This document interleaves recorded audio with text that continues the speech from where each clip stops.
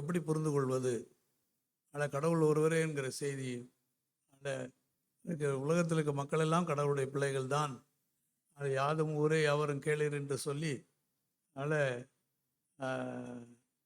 எந்நாட்டவர்க்கு இறைவன், தென்னாடுடைய சிவனை போற்றி எந்நாட்டவர்க்கு இறைவா போற்றி என்று சைவர்கள் சொல்வதை நம்ம கேட்கிறோம். அப்போது அது எப்படி அவங்களால சொல்ல முடியுது?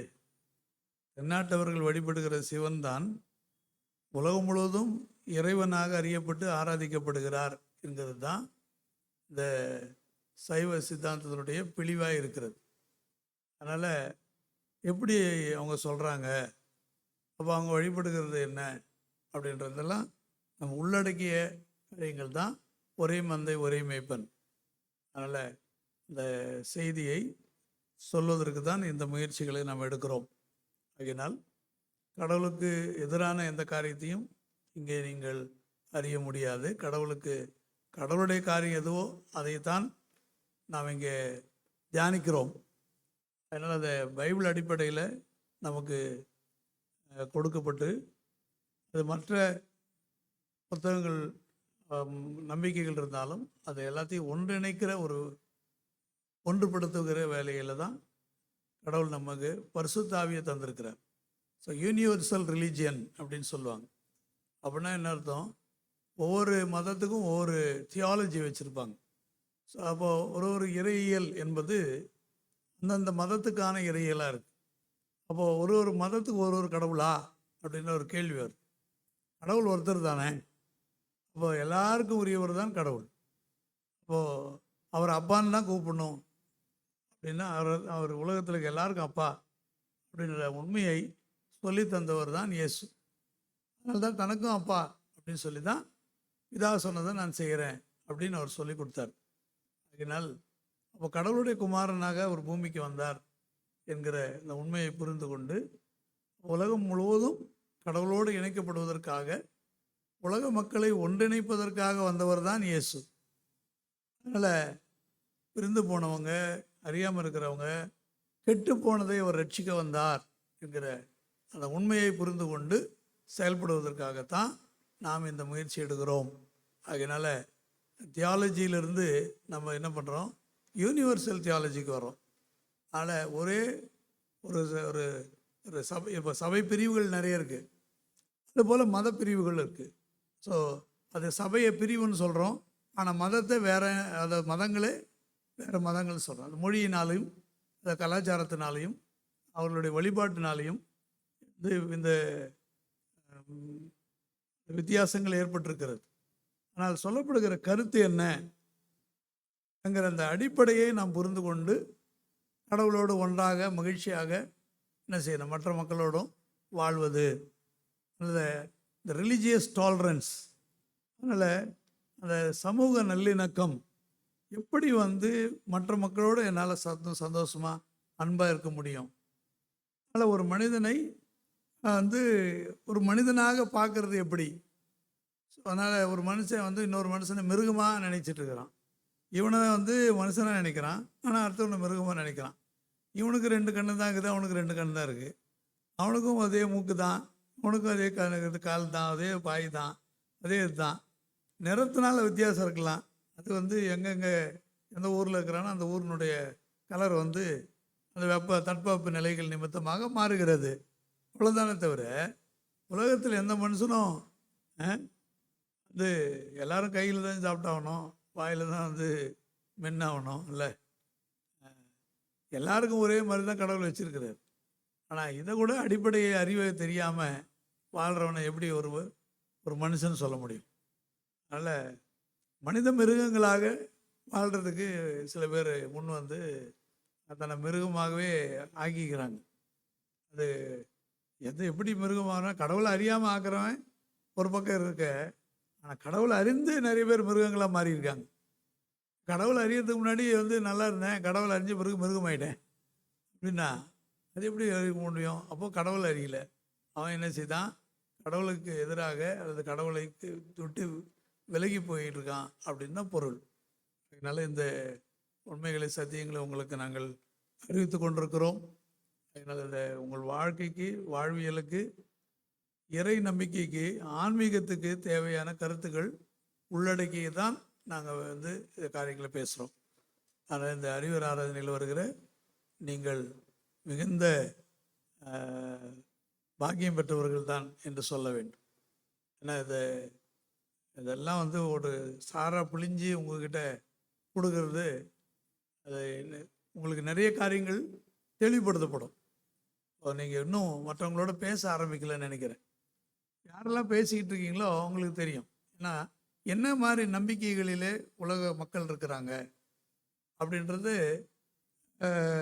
நீங்கள் தெரிஞ்சுக்கும் போது உங்களுக்கு தெரிஞ்சிருக்கிற விஷயங்கள் எவ்வளோ அப்படின்றத வச்சு நீங்கள் ரெண்டுத்தையும் ஒப்பிட்டிங்கன்னா அவங்க ஒன்றுமே ஒன்றும் எல்கேஜி பாடத்து கூட அவங்கெல்லாம் இல்லை. நீங்கள் எப்படி இருக்கீங்க? பொற்குண்டு மேலே உட்காந்துருக்கிற மாதிரி இருக்கிறீங்க. சில பேர் எப்படி இருக்காங்கன்னா, இந்த பொற்குண்டு மேலே உட்காந்துட்டு பிச்சை எடுத்து பிச்சைக்காரனை பார்த்துருக்கீங்களா அப்படின்வாங்கள்ல. உட்காந்துருக்கிறது என்ன மலை? பொன்மலை. அப்போ பொன்மலை என்று சொல்லப்படுகிற பொண்ணு உட்காந்துருக்கிறதே பொண்ணுக்கு மேலே.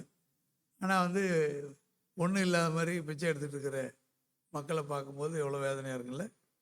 அது மாதிரி தான் இன்றைக்கி ஆன்மீகத்தில் கடவுள் நல்ல ஒரு மேன்மையான ஸ்தானத்தில் கடவுள் வைத்திருக்கிறார். அந்த ஆன்மீக அந்த உணர்வுகள் அந்த தட்டி எழுப்பப்பட்டு தெளிவடைந்து நாம் மற்றவங்களுக்கு சொல்ல வேண்டிய காலம் அது. நாம் அமைதியாக இருந்துட்டால் ரட்சிப்பு வேறு இடத்துலேருந்து வரும்னு சொல்லியிருக்குல்ல. அப்படி அதுக்கு ஏன் அந்த மாதிரி இடம் கொடுக்கணும்? நாம் சொல்ல வேண்டியதை சொல்லி தான் ஆகணும். ஆனால் நான் பல முறை சொல்லியிருக்கிறேன். அதனால் உங்களுக்கு நல்ல வாய்ப்பு. நீங்கள் கேட்டுக்கொள்கிறத நீங்கள் என்ன பண்ணணும், நீங்கள் ஒரு புத்தகங்களாக நாங்கள் அதை ஏற்கனவே சொல்லிக்கிட்டு இருக்கிறோம். அதனால் உங்களுக்கு நோட்ஸ் கூட கொடுத்துடலாம் அப்படின்னு நினைக்கிறேன். அதனால் வாரம் நடக்கிற இது வந்து ஒரு நோட்ஸாக கொடுத்துட்டா நீங்கள் என்ன பண்ணலாம், அதை பயன்படுத்தி நீங்கள் மற்றவங்கள்ட்ட பேசுவதற்கு உதவியாக இருக்கும். மாத்திரம் இல்லை, முதலாவது நீங்கள் கற்றுக்கொண்டு நீங்கள் ஸ்திரப்படுறதுக்கு பயனுள்ளதாக இருக்கும். அப்படி செய்து ஒரு யூனிவர்சிட்டி இதோட உங்களை அதை இணைத்து உங்களுக்கு சர்டிஃபிகேட்டும் கொடுத்து உங்களை உருவாக்கணும் அப்படின்னு நான் நினைக்கிறேன். புரியுதா? அப்படி செய்கிறதுக்கு விருப்பம் உள்ளவங்க என்ன செய்யலாம், நீங்கள் கண்டினியூஸாக என்ன பண்ணோம், ஒரு வருஷம் நீங்கள் முழுவதும் வந்தீங்கன்னா, ஒரு இதுவும் மிஸ் பண்ணாமல் இருந்தால் நீங்கள் கிட்டத்தட்ட 40 மணி நேரம் 52 மணி நேரம் நீங்கள் அட்டன் பண்ணியிருக்கீங்க அப்படின்னு அர்த்தம். அதை அப்படியே கணக்கில் எடுத்துக்கிட்டு நோட்ஸோடு சேர்த்து அதுக்கப்புறம் ஒரு மாதத்துக்கு 1 அல்லது 2 நாட்கள் ஒரு 3 மணி நேரம் அல்லது 2 மணி நேரம் அந்த கணக்கில் வச்சு அதோடு கூட இணைச்சிட்டா உங்களுக்கு சர்டிஃபிகேட் ஆஃப் தியாலஜி அப்படின்னு சொல்கிற மாதிரி ஒரு universal certificate of universal theology அப்படின்னு சர்டிஃபிகேட் கொடுத்துருவோம். ஸோ அது வந்து உங்களுக்கு ரொம்ப யூஸ்ஃபுல்லாக இருக்கும். அது மட்டும் இல்லை, பிற்காலத்தில் நம்முடைய கிளைகள் வந்து இது போல் சரியான தெளிவு உள்ளவங்களை பயன்படுத்துவோம். அதில் எல்லாத்துக்கும் பயன்படுத்துவோம். அது நம்முடைய நிறுவனங்கள் எதுவாக இருந்தாலும் சரி, நிறுவனங்களிலே பணிபுரிவதற்கு ஆட்கள் வேணும். மாவட்டங்கள் தோறும் பணிபுரிவதற்கான ஆட்கள் தேவைப்படும் போது இருக்கும்போது இதெல்லாம் தெரிஞ்சிருந்தால் ரொம்ப அவங்களுடைய பணி ஒன்று ரொம்ப சிறப்பாக இருக்கும். அவங்க மட்டும் வேலை செய்கிறது தான் வேலை தான். ஆனால் அந்த வேலை செய்யும்போதே இந்த கருத்துக்கள் எல்லாம் சொல்கிறதுக்கு ஒரு வாய்ப்பு இருக்கும். அவங்களும் தெளிவடைஞ்சிருப்பாங்க. இந்த சமுதாயத்தில் இந்த கருத்துக்கள் தொடர்ச்சியாக எடுத்து செல்லப்படும். அப்போது ஒரு ஒரு சமுதாய சீர்கேடுகள் தடுக்கப்படும். அதனால் நம்முடைய முயற்சி நம்மளால் முடிஞ்சதை நம்ம கடவுள் அழைத்த அழைப்பிலை நிலைத்திருந்து இதை நாம் செய்ய வேண்டும். அதுக்காக அப்படி யோசிக்கணும். அதனால் நீங்கள் மனசில் வச்சுக்கிட்டு என்ன செய்யுங்க, அதை சொல்வீர்கள் என்று சொன்னால் இது சரியான டைம் நினைக்கிறேன். அடுத்த மாதமோ அல்லது அடுத்த மாதத்துலேயோ அதை ஆரம்பிச்சுட்டு அப்புறம் என்ன பண்ணுவோம், நோட்ஸ் கொடுக்க ஆரம்பிச்சிடும். அதனால் நாம் இதே போல் தான் நடக்கும். ஆனால் கையில் வந்து நோட்ஸ் எடுத்துக்கலாம். ஆமாம், நீங்களும் ப்ரிப்பேர் பண்ணலாம், உங்களுக்கு நோட்ஸும் கிடைக்கும். அதை பயன்படுத்தி இன்னும் கடவுளுக்கு சிறப்பாக பணி செய்வதற்கான ஒரு வாய்ப்பை பெற்று சமுதாயத்தில் ஒரு பெரிய நன்மைகள் வரும்படியாக உழைக்கலாம். இந்த ஒரு வாய்ப்பு. அதுக்கு முன்வரக்கூடியவங்க மனசில் வச்சு அதை செய்யுங்க. வேறு அதை குறித்து இன்னும் அறிய வேண்டும் என்று சொன்னால் நீங்கள் நேரத்தில் தொடர்பு கொள்ளலாம். இப்பொழுது நாம் இன்றைக்கு அறிய போவது என்னென்னா, கர்மா அப்படின்னு சொல்லுவாங்க.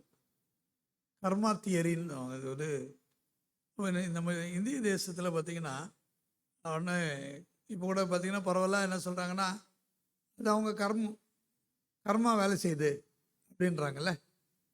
அப்போ அந்த கர்மா வேலை செய்கிறதுன்றத உடனே இப்போ எழுதுகிறாங்க, எல்லாம் சொல்கிறாங்க. ஆமாம்மா அவங்க என்ன செய்யுது, அவங்க செஞ்சது இவங்களுக்கு நடந்துச்சு, அப்போ அது கர்மா அப்படி சொல்கிறாங்க. இந்த கர்மாவை பற்றிய அந்த தியரி, இந்த உண்மையை நாம் அறியணும். ஏன்னா நாம் அறிய முற்படலைன்னாலும் மற்றவங்க என்ன சொல்லுவாங்கன்னா, ஒருத்தர் சொல்லும்போது அந்த கர்மாவை தான் சொல்லிட்டு என்ன பண்ணுவாங்க, கடந்து போயிடுவாங்க சொல்லிட்டு. அப்படி அந்த கர்மா என்பது என்ன, எப்படி பைபிளோடு இந்த கர்மாவையும் இணைத்து நீங்கள் எப்படிப்பட்ட கர்மா, இது என்ன கர்மா, இது என்ன கர்மா அப்படின்னா நம்ம சொல்லும்போது என்ன சொல்லலாம், கர்மம் அப்படின்னுவாங்க. சொல்கிறாங்க தானே.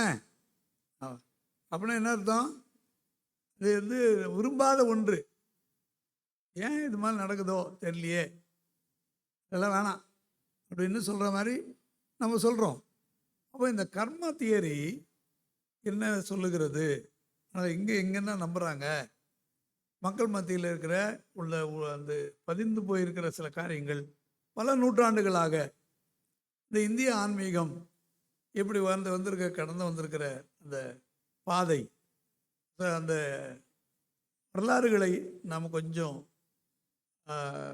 பார்க்கும்போது இதெல்லாம் நமக்கு நல்லா புரிஞ்சிடும்.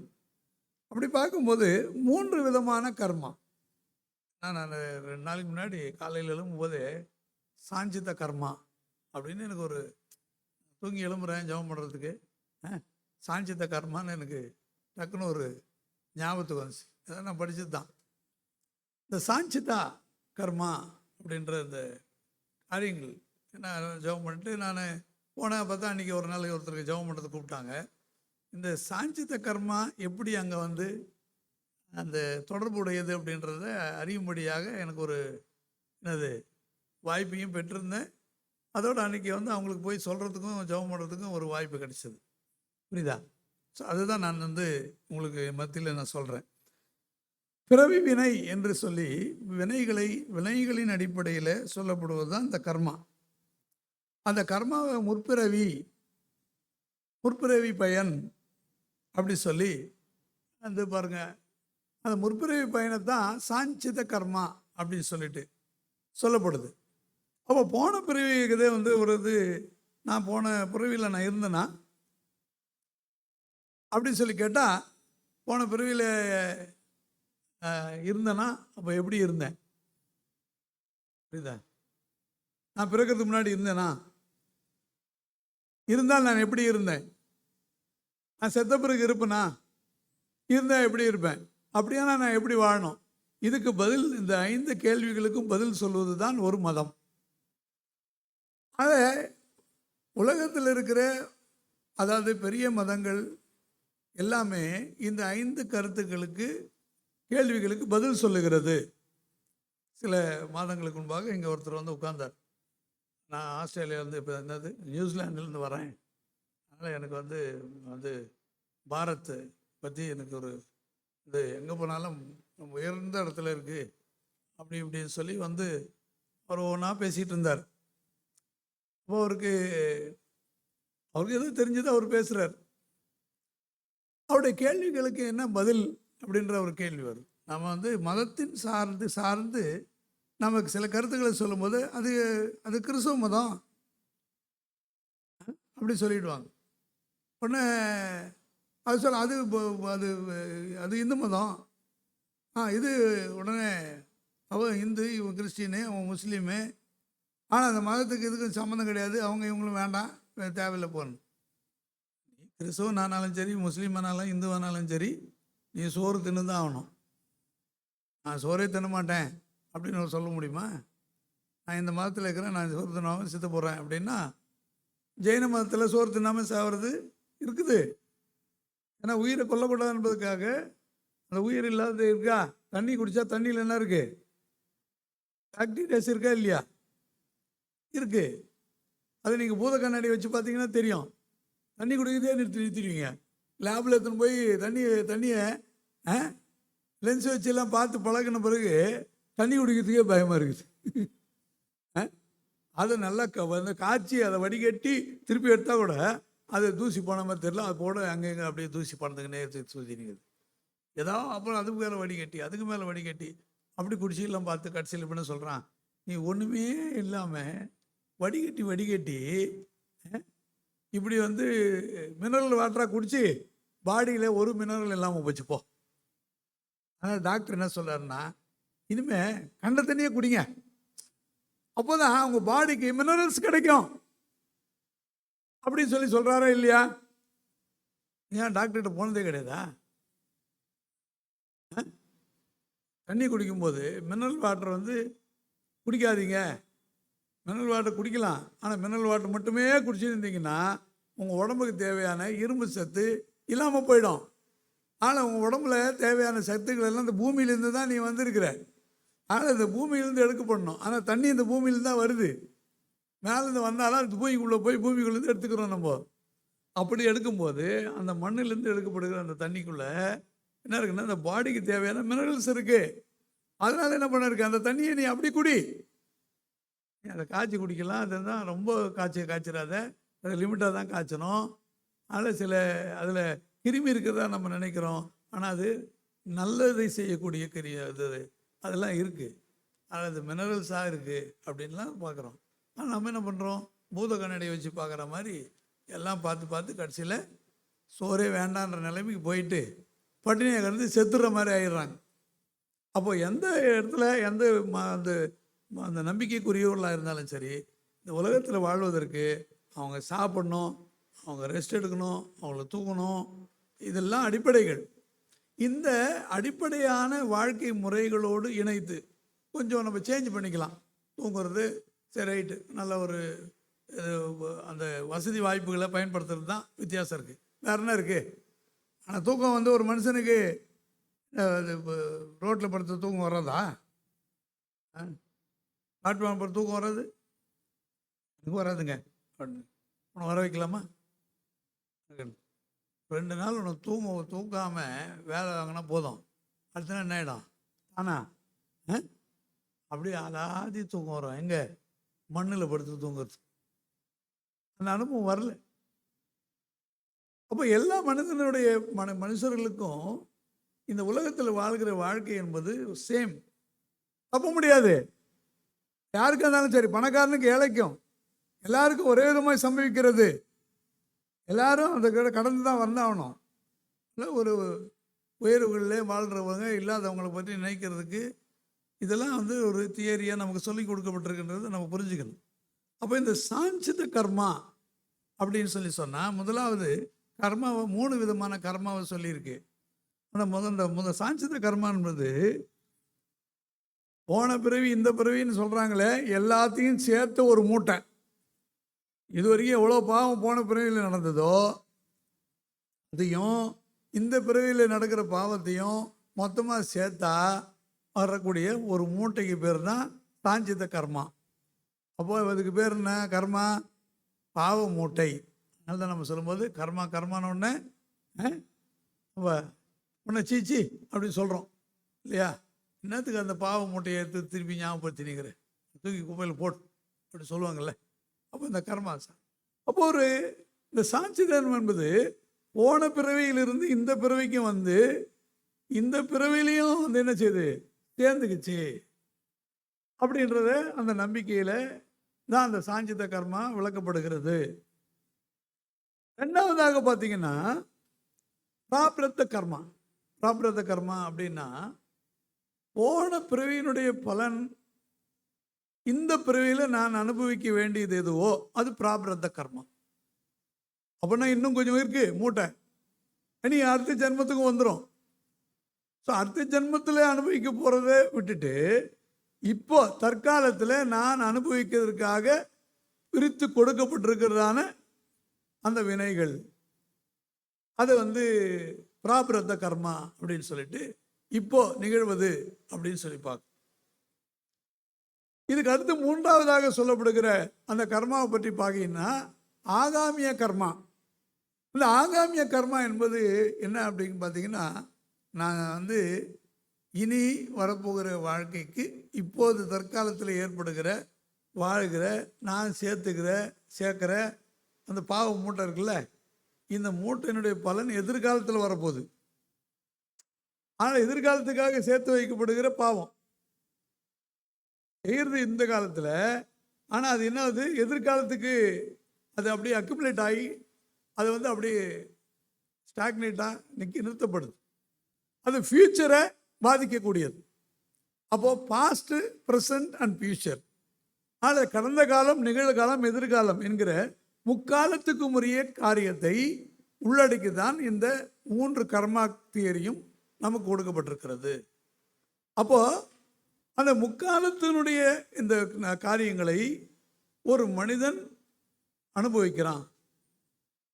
அப்போ அனுபவத்தில் வர்றது பழசும் பழசுலேருந்து இந்த காலத்தில் நிறைவேறுகிறதுமா.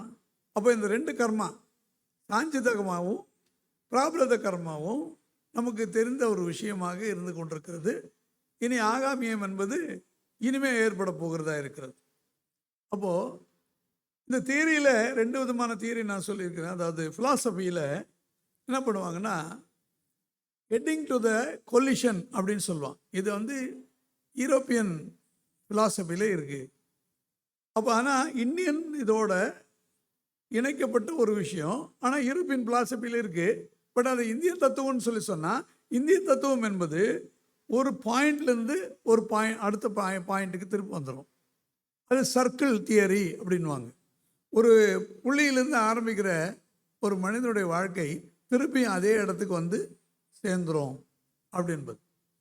அப்போ ஒரு புள்ளியிலேருந்து ஆரம்பிக்கிறது திருப்பி அதே புள்ளிக்கு நிறைவு பெறுவது என்பது இந்தியன் ஃபிலாசபியில் சொல்லப்படுகிற விஷயம். ஆனால் யூரோப்பியன் ஃபிலாசபி என்று சொல்லப்படுகிறது அப்படின்னா, ஒரு புள்ளியிலேருந்து தொடங்குறது அது நேராக போய் அழிஞ்சிடும், அவ்வளோதான் அப்படின்னு அது சொல்லிட்டு இருக்கு. அப்போ இந்த தியரியை கான்செப்டோடு நீங்கள் சேர்த்து ஒப்பிட்டு பார்த்தீங்கன்னா, அப்போது ஒரு மனிதன் அழிவை நோக்கியே போய்கொண்டிருக்கிறான் என்பது இந்த யூரோப்பியன் ஃபிலாசபியில் இருக்குது.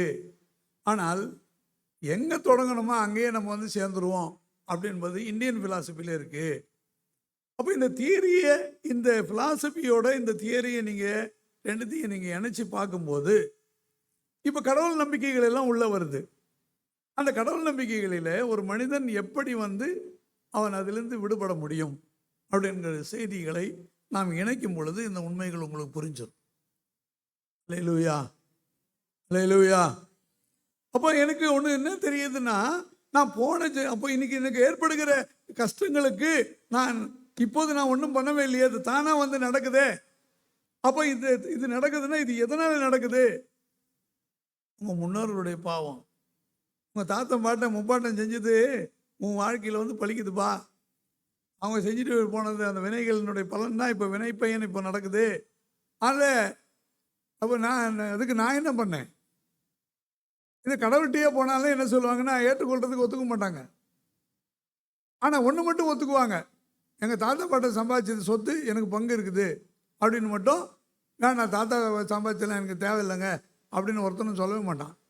எங்கள் தாத்தா சம்பாதிச்சு எனக்கு வேணும்னு போய் நிற்கிறதுக்கு மட்டும் எல்லாம் நின்றுவான். நிற்பானே, நிற்க மாட்டானா? நிற்போம்ல. தாத்தா சம்பாதிச்ச சொத்து எனக்கு தான் சொந்தம்னு சொல்லுவோம்ல. அப்போ அவங்க சம்பாதிச்ச ஆசீர்வாதத்தில் உனக்கு பங்கு வேணும்னா, அவங்க சம்பாதிச்ச பாவத்திலே உனக்கு பங்கு நீ கிடைக்காமே வந்துடும். புரிஞ்சுதா உங்களுக்கு? நான் சொல்றது புரியுதா?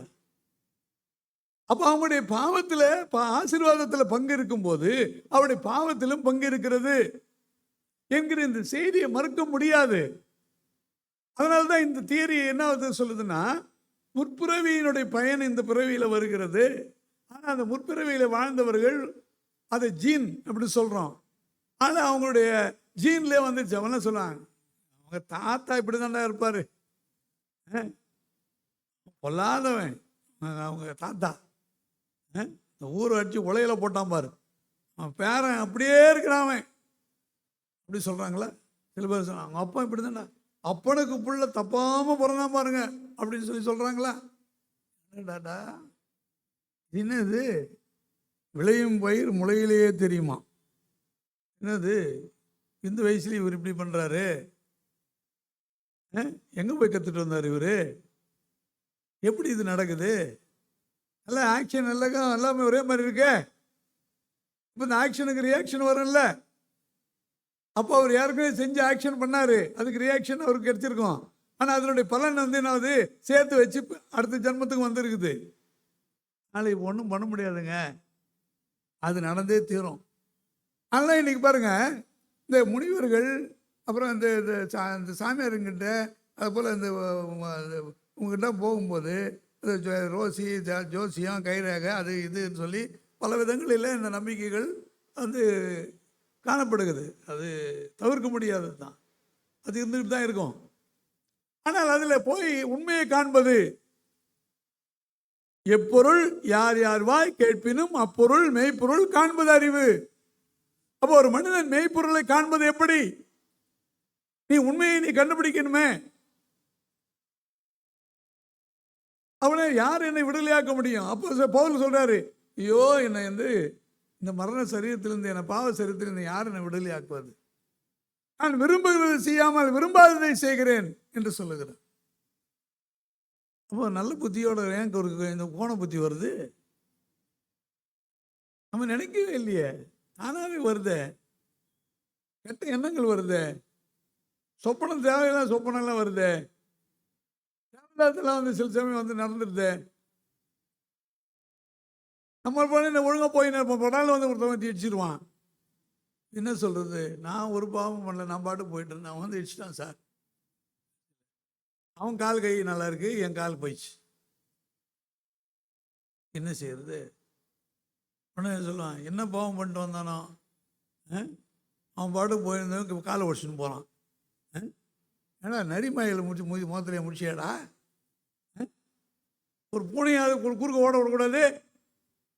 நம்மெல்லாம் என்ன சொல்கிறான், பூனை குறுக்க போச்சு, முதலாக போச்சு, ஒரு பொம்பளை இப்படி குறுக்க போச்சுங்க, அது பார்த்துட்டு வந்தேன், திடீர்னு இப்படி ஆகி போச்சுங்க அப்படின்னு நான் இல்லை. ஒன்றா கேட்பாங்க, எத்தனை மணிக்குடா அப்படின்னு சொல்லலாம். ராகு காலமா எமகண்டனா சொன்னேன் நான், இந்த ராகு காலம் பார்த்து பார்த்து இல்லடா செய்யணும் அப்படின்னு சொல்லுவோம். நான் சொல்கிறது என்ன புதுசாக இருக்குதா? டெய்லி நாங்கள் பழகி போனதையே சொல்கிறீங்க பாஸ்டர் அப்படின்னு சொல்கிற மாதிரி இருக்குதுல்ல. சில பேர் என்ன பண்ணுது, பார்க்காம போக மாட்டாங்களே, எல்லாம் பார்த்துட்டு கேலண்டரை போய் இப்படி தூக்கி பார்த்து நல்ல நேரம் கெட்ட நேரம் அதெல்லாம் பார்த்துக்கிறது, அப்புறம் என்ன பண்ணுவாங்க, போவாங்க. ஒரு அப்படி தான் ஒருத்தர் பேசிட்டு இருக்கும்போது சொல்லு, ஒவ்வொருத்தரும் நல்ல நேரம் கெட்ட நேரம் பார்த்துட்டே இருக்கிறான்னு அவர் சொன்னார். அவர் டாக்டரு சொன்னார், இவனுக்கு கை கால் உடஞ்சதுன்னா நல்ல நேரம் கெட்ட நேரம் பார்த்தான்னு வச்சுக்கோங்க, செத்து போயிடுவான். ஏங்க அப்போது நல்ல நேரம் பார்த்து அவர் தூக்கிட்டு போக வேண்டியது தானே? ஏன் அப்போ ராகுகால் எமகண்ட பார்க்கறது இல்லையா ஹாஸ்பிட்டலில்? அதனால் ஹாஸ்பிட்டலில் போர்டு போட சொல்லுங்கள். இப்போது ராகு காலம் ட்ரீட்மெண்ட் கிடையாது, யமகண்டத்தில் ட்ரீட்மெண்ட் கிடையாது, இந்த கண்டம் முடிஞ்ச பிறகு தான், அப்புறம் தான் யமகண்டம் இல்லை. அப்போ யமகண்டனுக்கு நேரமே கிடையாது இல்லை, எப்போனாலும் தட்டி தூக்கிட்டுதே. என்னங்க இது ஒன்றும் புரிய மாட்டேங்குது. இப்படி நம்முடைய வாழ்க்கையில் இந்த கர்மா வேலை செய்கிறதை காண்கிறோம். ஆனால் இந்த கர்மா தியரியிலிருந்து, இந்த கர்மத்திலிருந்து எப்படி வெளியே வருவது என்கிற இந்த செய்தியை நாம் நீங்களும் அறியணும். அதனால் இந்த கர்மாவை பற்றி இந்த காரியங்கள் நமக்கு இப்படி அழகாக விவரித்து சொல்லப்பட்ட நம்முடைய இந்திய பண்பாட்டிலும் நம்முடைய கலாச்சாரத்திலும் நம்முடைய மெய்யியல் என்று சொல்ல ஃபிலாசபி இதுலேயும் நமக்கு இவ்வளோ அழகாக காரியங்கள் சொல்லப்படுகிறது. அதனால் ஞானம் உள்ளவர்கள் தான் நாமெல்லாம். ஆனால் அந்த ஞானத்தினுடைய அடிப்படையில் சொல்லப்பட்டிருக்கிற செய்திகளை சற்று கடவுளுடைய அந்த பிரசன்னத்தோடு ரெண்டுத்தையும் இணைச்சி பார்க்கும். இதை இந்த கடவுள் கோட்பாட்டோடு இப்போ கடவுள் நம்பிக்கை என்கிறது எப்படி இந்த கர்மாவிலிருந்து ஒரு மனிதனை விடுதலையாக்குறது. அப்போ எல்லாமே ஒரு முடியாதது எப்படி நடந்து போச்சுன்னா போச்சு தான், அது ஒன்றும் தலையெழுத்தை மாற்றவே முடியாதுங்க அப்படின்வாங்க. இல்லை அப்படி சொல்லுவாங்க தானே, அது விதி அப்படின்னு சொல்லலாம். ஆனால் நான் அதே நம்ம ஊரில் தான் சொல்கிறேன், விதியை மதியால் வெல்லு அப்படின்னு சொல்லியிருக்காங்கல்ல. அப்போ விதி என்பது மதி இல்லாததுனால அது தொடர்கிறது. ஆனால் மதி வேலை செய்யும் போது அந்த விதி மாற்றப்படுகிறது. அதனால அந்த விதியை உன்னால் மாற்ற முடியும். ஆனால் உனக்கு குறிக்கப்பட்டிருக்கிறது ஒரு மாற்றத்தை காண்பதற்கு ஏதுவான அந்த செய்தியை உள்ளடக்கியது தான் இன்னைக்கு இந்த உலகத்துக்கான சுவிசேஷம், நற்செய்தி. ஆனால் ஒரு மனிதனுக்கு நல்ல செய்தி என்பது எங்கே வருது அப்படின்னா, அந்த காஸ்பல் என்பது ஒரு மனிதனுக்கு என்னன்னா, பார் நீ உன்னுடைய கஷ்டத்திலிருந்து வெளியே வரலாம், உன் விதியிலிருந்து நீ அந்த விதியை நீ மேற்கொள்ள முடியும். அதனால் உன்னோட விதியினால் உன்னுடைய கர்மா உன்னிடத்துலேருந்து இனி அந்த கர்மாவின் வழியாக வருகிற அந்த சேதம் உங்கள்கிட்டருந்து வெளியே தூக்கி போடப்படும். அதனால் நீ அந்த கர்மா தீர்லேருந்து என்ன செய்யலாம், அந்த கர்மாவிலேருந்து விடுபடலாம். அப்படின்பது தான் இந்த உலகத்துக்கான ஒவ்வொரு மனிதனுக்கான ஒரு விடுதலையின் செய்தி, லிபரேஷன். அது எப்படிப்பட்டது? Spiritual liberation. ஆனால் ஆன்மீக விடுதலை, அந்த ஸ்பிரிச்சுவல் லிபரேஷனை தான் இன்றைக்கு நீங்களும் நானும் பெற வேண்டும் என்று கடவுளே என்ன செய்கிறாருன்னா அழகாக அதுக்குண்டான பாதையை திறந்து தந்திருக்கிறார். ஆனால் இட்ஸ் பாத், ஆனால் இட்ஸ் யூனிவர்சல் பாத் ஃபைண்டர். ஆனால் நமக்கு வழியை கரெக்டாக உலகம் முழுவதும் இருக்க எல்லா மக்களுக்குமான சரியான அந்த பாதையை வகுத்து காண்பதற்கான அந்த அடிப்படையை தருவது பகுத்தறிவு என்கிறதான பரிசுத்த ஆவியானவருடைய தூண்டுதல். அது இன்ஃப்ளூயன்ஸ், உன்னை வழிநடத்தக்கூடியது. இந்த உண்மையை புரிந்து கொண்டது செயல்படுவதற்காக தான் இவ்வளோ காரியங்கள் நமக்கு சொல்லப்பட்டது. அதனால் மெய்யுணர்வு என்று சொல்லப்படுவதில் நான் இதை திருக்குறளோடு கூட இணைத்து நான் ஒரு வேகமாக ஒரு 5 குறள்களை சொல்லி நான் இந்த காரியங்களை சொல்லி நான் முடிக்க விரும்புகிறேன். குறள் 353 மெய்யுணர்தலில் இருக்குது. பார்த்தீங்கன்னா மெய்யுணர்தலில் 353வது குறள் என்ன சொல்லுதுன்னா, ஐயத்தின் நீங்கி தெளிந்தார்க்கு வையத்தின் வானம் நனியதுடைத்து. ஐயத்தின் நீங்கி தெளிந்தார்க்கு வையத்தின் வானம் நனியதுடைத்து. உள்ளத்தில் இருக்கும் ஐயங்கள் நீங்கி மெய்யுணர்வு பெற்று தெளிந்தவருக்கு தாம் இருக்கும் நில உலகை விட தாம் அடைய இருக்கும் வீட்டுலகம் நெருங்கியதாகும். இந்த உலகத்தில் நாம் இருக்கிறோம். ஒரு மனிதன் அந்த ஆன்மீக விடுதலையை மெய்யுணர்வை பெறுவான் என்று சொன்னால், இந்த உலகத்தில் இருக்கிற ஒரு மனுஷனுக்கு இந்த உலகத்தில் இருக்கிறத விட அந்த பரலோகத்தில் போகிறதுக்கு உண்டான அந்த பாதை என்பது ரொம்ப கிட்ட வந்துடுமா. அல்லேலூயா, அல்லேலூயா. வீடு போனது, காடு வாவானதுன்னு. ஆனால் உண்மையான கடவுளுடைய பிள்ளைகளுக்கு அங்கே போகிறது ரொம்ப சந்தோஷமாக இருக்கும், பயப்படவே மாட்டாங்க. ஏன்னா நெருங்கி இருக்கே பரலோகம். சில பேருக்கு பரலோகமா ஐயோ முடியாது. ஆனால் கடவுளை பிள்ளைகளுக்கு, மெய்யுணர்வு பெற்றவர்களுக்கு, ஆன்மீக விடுதலை பெற்றவர்களுக்கு, சத்தியத்தை அறிந்தவர்களுக்கு ரொம்ப பக்கத்தில் இருக்கு வீட்டு உலகம். இனி வாழப்போகிறதான அந்த வாழ்க்கை அது பர்மனண்டான பிளேஸ். சிவலோகம் என்று சொல்லுகிறோம், பரலோகம் என்று சொல்லுகிறோம், வைகுண்டம் என்று சொல்லுகிறோம். ஆனால் இந்த உலகத்தை காட்டிலும் ஒரு மேலான உலகத்துக்கு, மேல் உலகத்திற்கு நாம் ஆயத்தப்படுவதற்கான அந்த செய்தி ஒரு மனிதனுக்கு ஆன்மீக விடுதலையிலே உருவாகிறது. அதுதான் மெய் உணர்வு.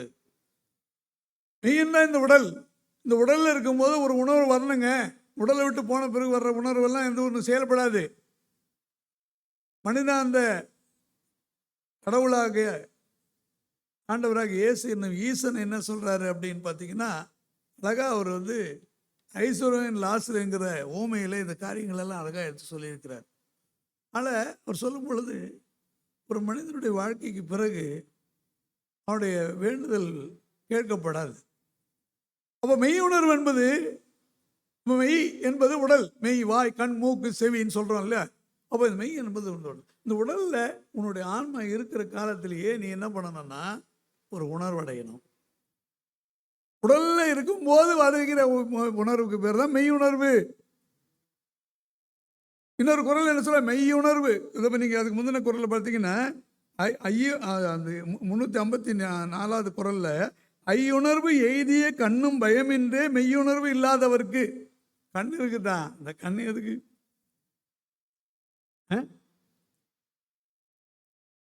இந்த கண்ணுக்கு என்னன்னா ஐயுணர்வுன்னு சொல்லியிருக்கு. ஐயுணர்வு எய்திய கண்ணும் பயமின்றே மெய்யுணர்வு இல்லாதவர்க்கு அப்படின்னா, அந்த உள்ளத்தில் ஒரு மனிதன் வந்து அடைய வேண்டிய அந்த விடுதலை, அந்த உணர்வை அவன் பெறலைன்னா அவன் கண்ணு பார்த்துக்கிட்டு தான் இருக்கும். ஆனால் ஏதாவது பார்த்து எவ்வளோ நேரம் பார்த்துட்டு இருந்தேன், என்னப்பா பார்த்த தெரியலையே, நான் அப்படி விட்டு விட்டு பார்த்துக்கிட்டு இருந்தேன் கண்ணை வச்சு. அப்போ அந்த கண்ணு என்ன வேலை செய்யுது தெரியலையா? லிங்க் ஆகணும்ல இந்த சிந்தனை. அவனுடைய கண்ணு பார்வை, அவனுடைய சரீரத்துடைய உறுப்புகள் எல்லாம் ஒன்றா சேர்ந்து செயல்பட்டால் தான் கரெக்டாக உனக்கு புரியும். ஏன்னா எப்படி புரியும்? பார்த்தீங்கன்னா 1 மணி நேரம் பார்த்துருந்தேன், என்னையா பார்த்தேன் தெரியலையே. அப்படி தான் இன்றைக்கி சில பேருடைய வாழ்க்கையில் நீ என்னவா செய்கிற, எப்படிப்பா இருக்கிற, எங்கே தான் இருக்கிற, அவன் சேத்துல இருக்கிறனா நாந்து காயத்தில் இருக்கிறனா தெரியாது. அப்போ ஒரு மனிதனுடைய வாழ்க்கையில் அவன் சேத்துல இருக்கிறானா, அவன் நல்ல இடத்துல இருக்கிறானான்னு அவன் வந்து தெரியல. ஏன்னா அவன் இருக்கிறது இருள். அப்போ இருள் நீங்கி இன்பம் பயக்கும் மருள் நீங்கி மாசறு காட்சி அவருக்கு அப்படின்னு 52வது குரல் சொல்லுது. அப்போ ஒரு மனிதனுடைய மனசுக்குள்ள இருக்கிறான் இருள் நீங்கும் போது தான் அவன் மனசுக்குள்ள ஒளி பிறக்கும். அவன் ஒளி பிறக்கும் போது தான் அவன் வந்து அவன் தெளிவடைவான். ஓ, நான் செய்கிறது தப்பு, நான் எங்கே இருக்கிறேன், என்ன பண்ணிட்டு இருக்கிறேன், நான் எங்கே இருந்தேன். அப்போ நான் முதல்ல சொன்னது போல நான் இருந்தேன்னா எப்படி இருந்தேன், இன்னும் செத்தனா இருப்பேன்னா நான் எப்படி இருப்பேன், நான் எப்படி வாழணும். இந்த கருத்துக்கு பதில் சொல்றது மதங்கள் சொல்லுகிறது. ஒவ்வொரு மதம் ஒரு விதமாக சொல்லுதுன்னு வச்சுங்களேன், சொல்கிறேன். ஆனால் அது சொல்லணும், இல்லைன்னா மக்கள் வந்து பின்னாடி போக மாட்டாங்க. அப்படி நிலையில் தான் நம்ம பார்க்குறோம். ஆகினால் பிரிமானவர்களே, இங்கே சொல்லப்பட்டிருக்கிறபடி நீங்கள் 2 கொரிந்தியர் 4:17-18 வாசித்துப்பீர்கள் என்றால், மேலும் காணப்படுகிறவர்களே அல்ல காணப்படாதவைகளை நோக்கி இருக்கிற நமக்கு அதி சீக்கிரத்தில் நீங்குகிற இந்த லேசான நம்முடைய உபத்திரவம் மிகவும் அதிகமான நித்திய கனமகிமை உண்டாக்குகிறது. ஏனெனில் காணப்படுகிறவர்கள் அனித்தியமானவைகள், காணப்படாதவைகளோ நித்தியமானவைகள். கத்திரை சொல்ற பவுல் பசன் சொல்றார். ஏன்னா காணப்படுகிறதெல்லாம் அனித்தியமானது, காணப்படாததோ நிச்சயமானது. அப்ப காணப்படுபவர்களே அல்ல காணப்படாதவைகளை நோக்கி, from the known to the unknown அப்படின்றது தான் இன்னைக்கு லேர்னிங் பிரின்சிபல். இப்போ எஜுகேஷன் லேர்னிங் அது எதில் வருது அப்படின்னா என்ன சொல்றதுன்னா, தெரிஞ்சதுலேருந்து தெரியாததை கண்டுபிடிக்கும். அதனால தான் இன்னைக்கு சயின்ஸ் வந்து இன்னைக்கு வளர்ந்து கொண்டே இருக்கிறது, விஞ்ஞானம் வளருது. எதை வச்சுலாம் பண்ணுறாங்கன்னா, என்ன தெரியுது அதை வச்சு தெரியாததை கண்டுபிடிக்கிறது. இதுலேருந்து வச்சு என்ன பண்ணுறான், லிங்க் பண்ணி பார்க்குறான். கொஞ்சம் தான் தெரியுது, அந்த கொஞ்சத்தை வச்சு தான் தெரியாததை வந்து பண்ணாங்க. சுத்தமாக ஒன்றுமே தெரியாதுன்னா அது 0, நிற்குணம் பிரம்மம் ஆகிடும். என்ன பிரம்மன்? நிற்குண பிரம்மன். ஆனால் ஒன்றும் இல்லைன்னு அர்த்தம். ஒன்றும் இல்லாதவர் எப்படி பிரம்மனாக இருக்க முடியும்? இல்லை, அது ஒரு தியரி. ஆனால் சற்குண பிரம்மா, அப்போ எல்லா குணங்களும் இருக்கிறதுனால தான் பிரம்மனாக இருக்குது. பிரம்மன்னா உருவாக்குற ஆற்றலை பெற்றவர்கள். அப்போ கடவுள் வந்து எல்லாத்தையும் உருவாக்குறாருன்னா அவருக்கு என்னன்னா எல்லாம் இருக்கிறதுனால தான் அவர் நிற்குண பிரம்மனாக இருக்கிறாரு. புரியுதா? சற்குண பிரம்மனாக இருக்கிறார். அப்போ எல்லா நன்மைகளும் ஒன்று சேர்ந்த எல்லாம் ஒரு இடத்துலேருந்து வருது. எல்லா நன்மைகளும் ஊற்று என்று காண்கிறோம். ஆனால் அவர்கிட்ட எல்லாமே இருக்கு. அதுலேருந்து தான் எல்லாம் ஒன்று இருக்கு. இருந்ததுலேருந்து தான் என்னது இப்போ தியரி இந்த சொல்லும்போது 2 விதமான தியரி சொல்லுவாங்க. ஒன்றும் இல்லாமல் இந்த ஒன்றை உருவாக்கினார் அப்படின்ற யூரோப்பியன் தியாலஜியில் சொல்கிற மாதிரி இருக்கிறவங்க சிலது அதை நம்புகிறாங்களே வச்சுங்களேன். இல்லாதவிலிருந்து இருப்பதை உருவாக்குகிறவர் அப்படின்வாங்க. ஆனால் இருப்பதுலேருந்து தான் எல்லாத்தையும் உருவாக்க முடியும். உள்ளது இல்லது வாராது, உள்ளது போகாது. இதுதான் என்னது? சைவம். இல்லது வாராது, உள்ளது போகாது. அது ஃபார்மேஷன் வேற மாதிரி இருக்கலாம், பட் அது இருக்கும், நம்ம கண்டுபிடிக்கலாம். இன்னும் இப்போ சொல்லும்போது கண்டுபிடிப்புகள் எல்லாமே புதுசாக கொண்டாந்து போட்டாங்க இல்லையே, அதுமாதிரி இருந்தது தான். இவங்க தேடி கண்டுபிடிச்சிட்டு இப்படிலாம் இருக்குது அப்படின்லாம் கண்டுபிடிச்சிக்கிறான். எல்லா சயின்ஸும் இதுக்குள்ளே தான் இருக்குது. ஆனால் கடவுள் யாருன்னு கேட்டால், கடவுள் யாருன்னு கேட்குற, அவருக்குள்ளே தான் நீ இருக்கிற. அவருக்குள்ளே தான் நம்ம இருக்கிறோம், பிழைக்கிறோம், அசைக்கிறோம், எல்லாம் அவர் தான். அப்போ அவர் தனியாக நிற்கிறாரு இல்லையே, அவருக்குள்ளே தான் நீயே இருக்கிற. அவர் வேற, நீ வேற இல்லை, அவருக்குள்ளே நீ இருந்துகிட்டு இருக்கிற அப்படின்ற அந்த உண்மையை சொல்வது தான் இன்றைக்கு இவ்வளோ ஆழமான உண்மை. இதுக்கு சில பேருக்கு அது ஒப்பிட்டு பார்க்க தெரியல. ஆனால் அதாவது ஐயத்தின் நீங்கி தெளிந்தார்க்கு வையத்தின் வானம் நனையதுடையத்து. அப்போ அந்த ஐயம் என்கிறதான அந்த பயம், அறியாமை ஒரு மனிதனை விட்டு நீங்கும் என்று சொன்னால் அவனுக்கு என்ன இடம்? அவன் அடைய போகிற வீட்டு உலகம் என்கிற பரலோக ராஜ்யம் என்பது அவனுக்கு ரொம்ப பக்கத்தில், சமீபத்தில் வந்துடும். ஏசுனார் என்ன தெரியுமா பிரசங்கம் பண்ணாரு? மனம் திரும்புங்கள், பரலோக ராஜ்யம் சமீபத்து இருக்கிறது, இட்ஸ் நியர். ஆமென், அல்லேலூயா. பக்கத்தில் இருக்குன்னாரு. ஆனால் ஒரு காலத்தில் என்ன சொல்லிட்டு இருந்தாங்க யூதர்கள் எல்லாருடைய இதெல்லாம்? ஐயோ, நீங்கள் பக்கத்தில் வர முடியாது, கோயிலுக்குள்ளேயே போக முடியாது, எங்கடா பரலோகத்துக்கு போகிறது? இங்கே இருக்க கோயிலுக்குள்ளேயே கால் வைக்க முடியல, பரலோகத்துக்கு போயிடுறாரு அவரு. அப்போ வானத்தையும் பூமியும் அண்ட சராசரங்களையும் படைத்து ஆண்டவன்கிட்ட நீ போக முடியுமா? நீ இங்கேயே வர முடியலையே அப்படின்றதுக்கு அந்த செய்தி நமக்கு தெரிய வருது இல்லை? அதனால பிரியமானவர்கள, அங்கே சொல்லப்படுகிறபடி அப்போ நமக்கு காணப்படுவதை அல்ல, காணப்படாதவர்களை நோக்கி இருக்கிற நமக்கு அதி சீக்கிரத்தில் நீங்கும் லேசான நம்முடைய உபதிரவம் அதிக நித்திய கனமகிமை உண்டாக்குகிறது. அதனால தான் நம்ம என்ன பண்ணுறோம், இந்த கஷ்டம்லாம் எவ்வளோதான் இருந்தாலும் சரி, இது ஒரு பொருட்டே கிடையாது, நத்திங். எனக்கு ஒன்றும் அது பிரச்சனையே இல்லை. எவ்வளோ கஷ்டம் வரட்டும், எவ்வளோ துன்பம் வரட்டும், அதை தாண்டி நான் போயிட்டுருப்பேன். காரணம் என்ன? ஒரு வீட்டு உலகம் ஒன்று இருக்குது, அது பக்கத்தில் இருக்குது, இன்னும் கொஞ்சம் காலம்தான். அதனால் கொஞ்ச காலத்தில் பாடம் அனுப்பிக்கிற நமக்கு அது நீங்கி போகிறதா இருக்கிறது. அதனால் தூங்கி எழுந்து அதை காணாமல் போகுது, அவ்வளோதான். ஆனால் நீங்கள் கவலைப்பட தேவையில்லைங்கிற அந்த செய்தி தான் 2 கொரிந்தியர் 5:8 வாசிக்கும்போது, நாம் தைரியமாகவே இருந்து இந்த தேகத்தை விட்டு குடி போகவும் கர்த்தரிடத்தில் குடியிருக்கும் அதிகமாய் விரும்புகிறோம். ஆமென், அல்லேலூயா. பவுல் தன்னை மட்டும் இல்லை, எல்லாரையும் சேர்த்து சொல்கிறாரு. நமக்கெல்லாம் ஒரு நம்பிக்கை இருக்குது. அது என்ன நம்பிக்கைன்னா, இந்த தேகத்தில் இப்போ இருக்கிறோம், இனி நாம் எப்படி இருப்போம்? யோவான் சொல்லும்போது சொல்றாரு, இனி நான் எப்படி இருப்போம்னு நமக்கு தெரியாது, ஆனால் ஒன்று தெரியணும், அவர் எப்படி இருக்கா அது மாதிரி நம்ம இருப்போம். கைதடி கத்திர சோத்திரம் அப்படி சொல்லி அவர் முடிக்கிறார். இனி நான் எப்படி இருப்போம், அவர் எப்படி இருக்கிறாரோ, ஏன்னா அவருடைய சாயலில் படைக்கப்பட்ட நாம் அவருடைய சாயலுக்குள்ளாக மறுபடியும் அவரிடத்துல நம்ம போக போகிறோம். ஆனால் என்ன செய்ய வேண்டியிருக்கு? அவருக்கு ஒப்பாக இருப்போம் அப்படி சொல்லு. அப்போ நம்ம கடவுள் ஆகிடுவோமா? அப்போ நான் கடவுளா? யோசிச்சு பாருங்க. சில பேர் அதான் வச்சுன்னு ஓட்டிக்கிட்டு இருக்கிறான் பாருங்க. கடவுள் கூப்பிட்டேன், கடவுள் உள்ள வந்துட்டாரு, நான் கடவுள் ஆகிட்டேன்.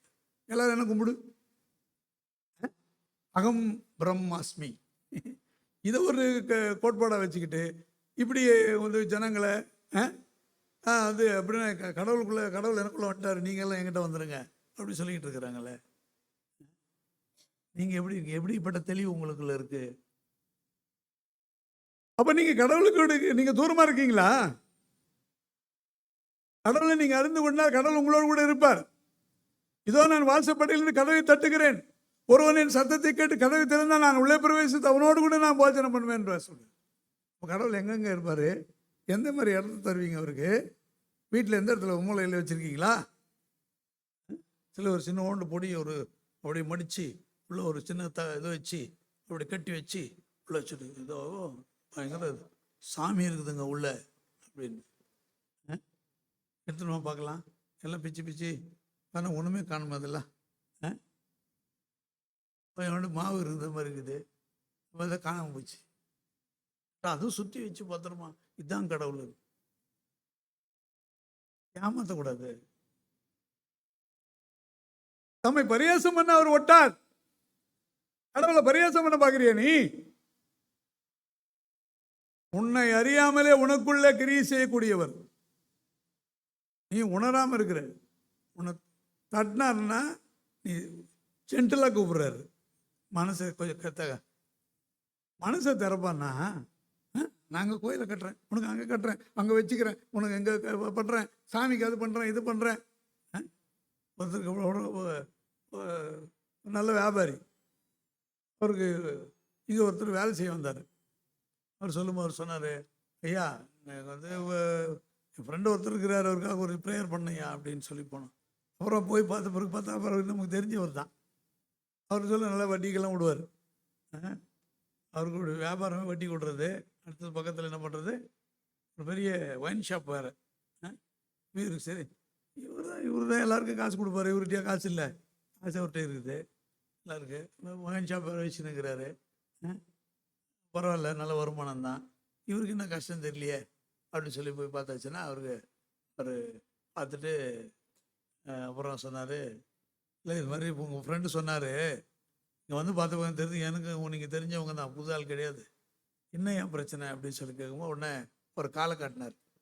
அந்த காலில் பார்த்தீங்கன்னா அப்படியே வெடித்து தண்ணி பாயுது.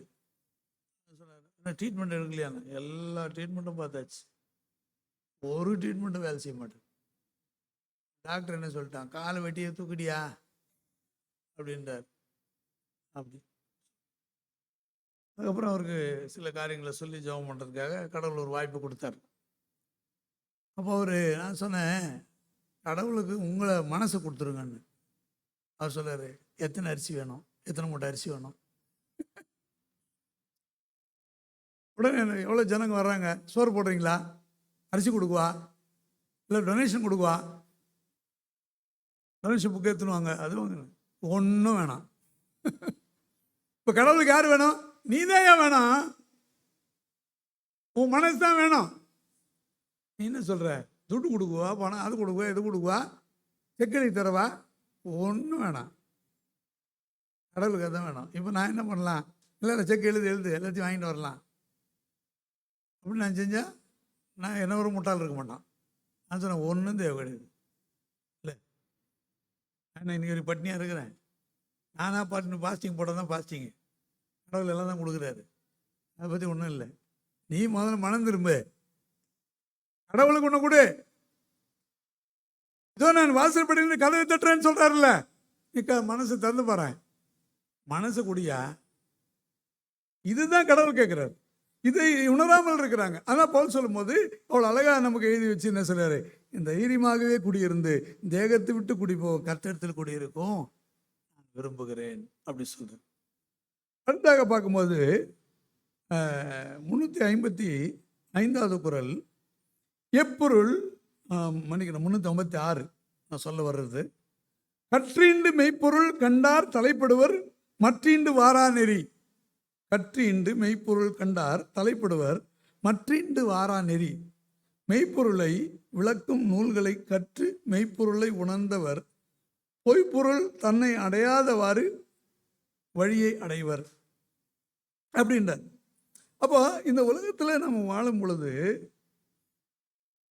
கல்வி என்பது எதை குறித்து அடிப்படையில் உண்மையான நல்ல கல்வியாக இருக்கும்னா, உலகத்தில் பல கல்வியை படிக்கிறாங்க. இப்போ கூட நம்ம பார்த்திங்கன்னா தமிழ்நாட்டினுடைய நிலை ஏங்க இந்த மாதிரி போய் ஆகிப்போச்சு, எல்லாம் படித்தவங்க இருக்கிறாங்க தமிழ்நாட்டில், ஏங்க இப்படி ஒரு மோசமாக போகிறாங்களேங்க அப்படின்னா, நம்ம அரசுகள் எதில் தவறிட்டாங்க அப்படின்னு வரும்போது பார்த்திங்கன்னா, இந்த இன்ஜினியரிங்கை கொண்டு வந்தாங்க இல்லையா, இந்த இன்ஜினியரிங் கொண்டு வந்தப்போ அவன் வெறும் இன்ஜினியரிங் தான் படித்தான், அவனுக்கு வாழ்க்கை கல்வி என்பதே தெரியல.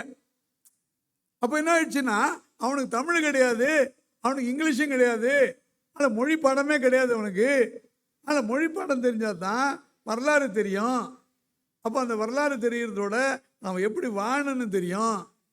கல்யாணம் பண்ணால் எப்படி குழந்தை பெற்றுக்கணும், குழந்தை பெற்றுக்கணும் அவளை பெருத்து போல குழந்தை எப்படி வளர்க்கணும், எப்படி கணவன் மனைவி சேர்ந்து அந்த குடும்பத்தை கட்டணும், இது எங்கேயா சொல்லி கொடுத்த? அப்போ அரசுகள் தவறுகிறது. பிஸ்னஸ் நல்லா இருக்கணும், கம்பெனி பெருகணும், நைட்டு ஷிஃப்ட் 2 ஷிஃப்ட் 3 ஷிஃப்ட் வேலை செய்யணும். வேலை செஞ்சு எங்கே போகிறாங்க? 30 வயசு ஆகுதுக்கு செத்து போகிறான். குழந்தைங்களை பெற்று வயசானவங்க நல்லா வாழ்ந்தவங்கெல்லாம் பாருங்கள், 90 வயசு 92 வயசு வரைக்கும் வாழ்ந்து சந்தோஷமாக இருக்கிறாங்க. அன்றைக்கி ஒரு ஐயாவை பற்றி விசாரிச்சுட்டு வந்தோம். நாங்கள் ஒரு வேலையாக போயிருந்தோம். அவருக்கு அப்போ கேட்டோம், அவர் எப்படி அவங்க தாத்தா எப்படி இருக்கிறாரு அப்படின்னு கேட்டால் அவர் சொல்லலாம், தாத்தா அவர் 91 வயசாகுது. அவர் என்ன சொல்லிட்டாருன்னா, நானே பார்த்துக்கிறேன் என்ன அப்படி சொல்லி சைக்கிள் எடுத்துன்னு போய் நிற்கிறாரு.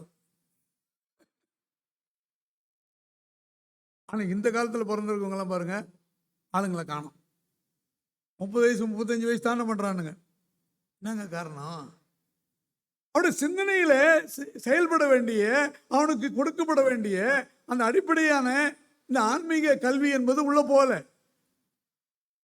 அவன் உடலுக்கானதெல்லாம் அவனுக்கு நிறைய கொடுத்தாச்சு. அந்த உடலை வளர்த்து இந்த அந்த உயிருக்கு அது சாப்பாட்டுக்கு தேவையான எல்லாத்தையும் பார்த்துக்கிறான்.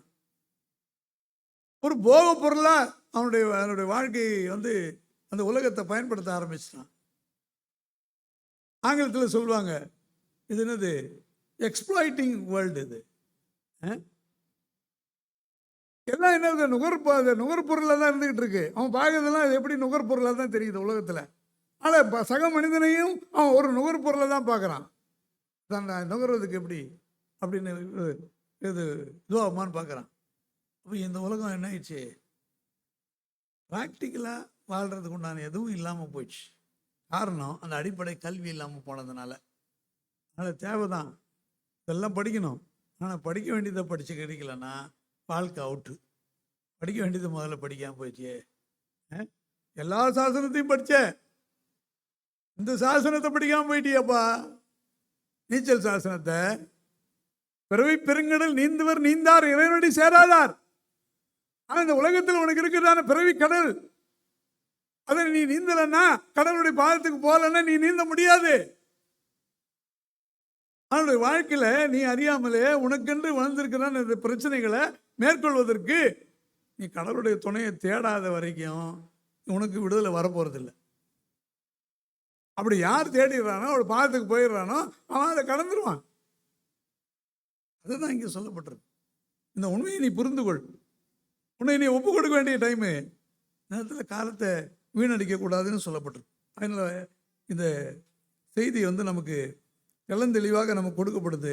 அப்படிப்பட்டவங்களுக்கு என்னவா பிறப்பு என்பது சொல்லுவது, நான் உங்களுக்கு சொன்ன இந்த 3 கர்மா தியரியில் என்னன்னா, போன பிறப்புனா போன பிறப்புல வேற ஏதோ ஒரு உருவமாக நான் இருந்தேன், பூனையாக இருந்தேன், யானையாக இருந்தேன், இப்போ மனுஷனாக பிறந்திருக்கிறேன்.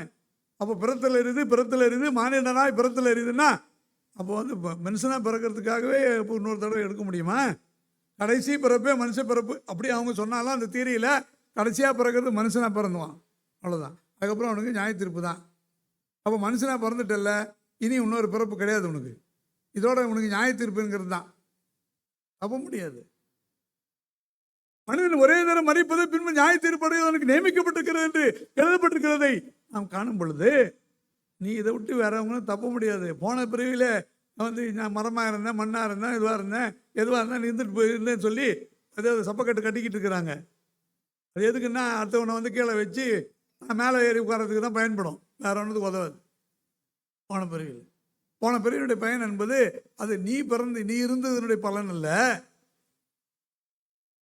அதனுடைய பெற்றோர் வழியாக நீ பெற்றோர்களுக்குள்ளே உன்னுடைய ஜீன் இருந்துச்சு இல்லையா, அவங்க செய்ய தவறுகளுடைய பலன்கள் இந்த உலகத்தில் வருதுன்னா தவிர்க்க முடியாது. ஆனால் அப்படிப்பட்ட தவறுகளிருந்தும் அந்த பாவத்திலிருந்தும் உன்னை விடுதலையாக்க தான் கடவுளே வந்தார். இதாங்க அந்த உலகத்துக்குரிய பெரிய செய்தி.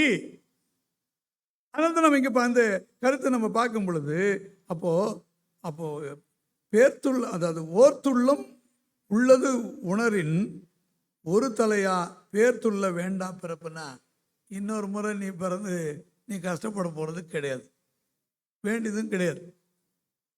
அதனால் அப்படி சொல்கிறாங்களே, அப்படிப்பட்ட ஒரு நம்பிக்கை என்பது அது தவறானது மட்டும் இல்லை, அது தேவையற்றதும் கூட. ஏன் நீ வரணும்? இருக்கிறது ஒரு வாழ்க்கை. இந்த ஒரு வாழ்க்கையில் நீ ஒழுங்காக வாழ்ந்துட்டு கடவுள்கிட்ட போகிறத விட்டுட்டு எதுக்கு நீ நித்திய நரகத்துக்கு போகணும்?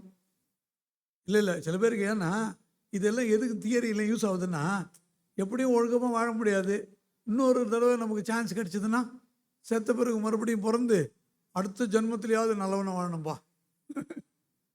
இந்த ஜென்மத்தில் வாழ மாட்டாராம், அடுத்த ஜென்மத்தில் வாழ்வாராம்.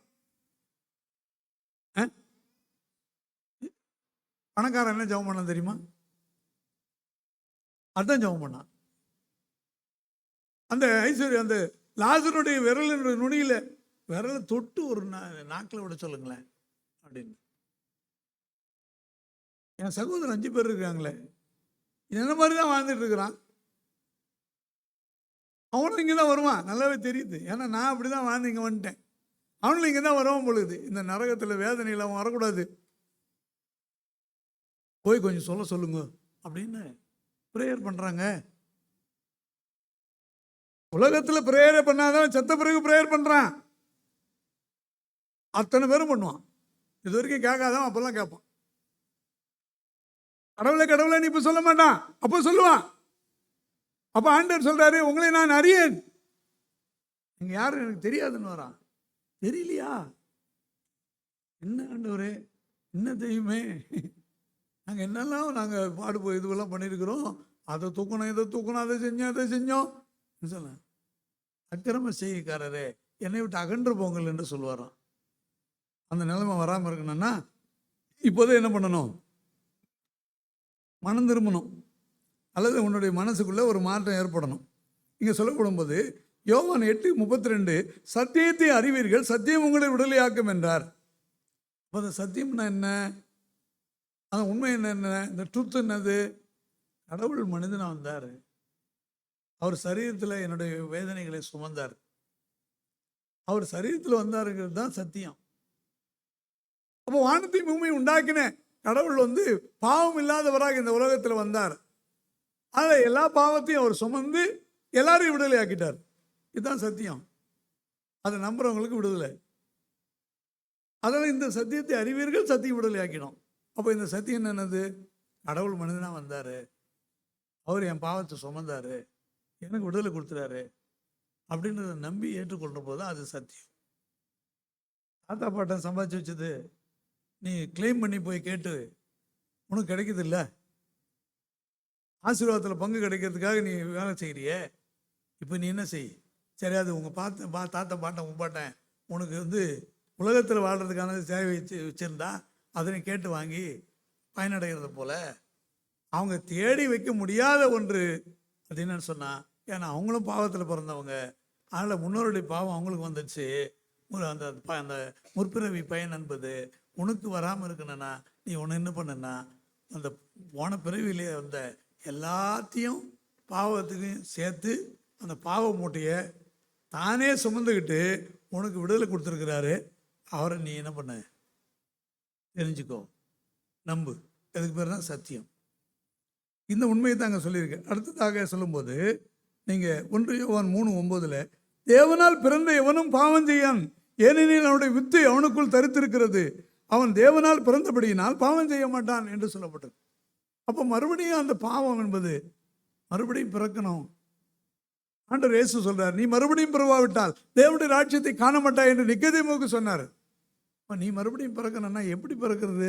செத்த பிறகு பிறக்கிறது இல்லை, நீ உயிரோடு இருக்கும்போதே உன் மனசு என்ன செய்யணும்? ஒரு புது பிறப்பாக நீ மாறணும். அதுக்கு பேர் தான் மறுபடியும் பிறக்கிற ஒரு அனுபவம், அதுக்கு பேர் தான் ரீபர்த். அப்போ மறுபடியும் பிறத்தல் என்பது செத்த பிறகு வருகிற பிறப்பு இல்லை, உயிரோடு இருக்கும்போது நீ மனம் திரும்ப இல்லையா, பழசெல்லாம் விட்டுறல்ல, ஒரு புது மனுஷனாக மாறிடுறல்ல, நல்ல எல்லாம் புதிதாகின. ஒருவன் கிறிஸ்துவுக்குள் இருந்தான், புது சிருஷ்டியா இருக்கிறான், பழையன எல்லாம் ஒளிந்து போயின, எல்லாம் புதிதாகின என்று எழுதப்பட்டிருக்கிறது. நீ ஒரு புது மனுஷனாக மாறுறதுக்காக தான் இதை சொல்லி வச்சிருக்க. ஆனால் அந்த பிறப்பு அப்படி நீ பிறக்கணும். அதுதான் உண்மையான விடுதலைக்கு ஏதுவான பிறப்பாக, அது ஆன்மீக விடுதலைக்கு ஏதுவான பிறப்பாக இருக்கிறதை நாம் காண்கிறோம். அடுத்ததாக 358வது குறள்ல, பிறப்பென்னும் பேதமை நீங்க சிறப்பென்னும் செம்பொருள் காண்பது அறிவு. எதுங்க அறிவு அப்படின்னு கேட்கும்போது சொல்றாரு, பிறப்பென்னும் பேதமை. பிறப்பு என்பது ஒரு பேதமைன்றார். அது என்னது? அறியாமை என்கிறான். ஒரு மனிதன் பிறந்திருக்கிறது ஒரு அறியாமையில் தான் இருக்கிறான். ஏன்னா அவருடைய முற்பிறவியினுடைய பயன் என்பது பிறக்கும்போது ஜென்ம பாவம் என்கிற அந்த பாவத்தோட பிறவி பெருங்கடல் அப்படின்ற அந்த கடலுக்குள்ளே தான் பிறந்துடுறான்.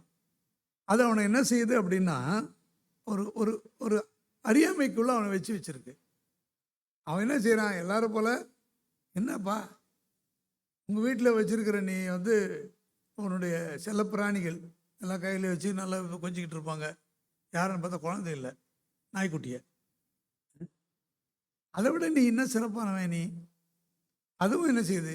கரெக்டாக பார்த்து சாப்பிடுது, அதுவும் படுத்து தூங்குது, அதுவும் காலையிலேருந்து கரெக்டாக காலை கடன்லாம் முடிக்குது, எல்லாம் செஞ்சுது. நீயும் அதே மாதிரி தான் செய்கிற. என்ன வித்தியாசம்? எப்போ யோசிச்சிருக்கிறியா அப்படின்ற அந்த கேள்வி வரும்போது தான் இங்கே சொல்லப்பட்டிருக்கிற இந்த செய்தி. இப்போ பிறப்பென்னும் பேதமை நீங்க சிறப்பென்னும் செம்பொருள் காண்பது.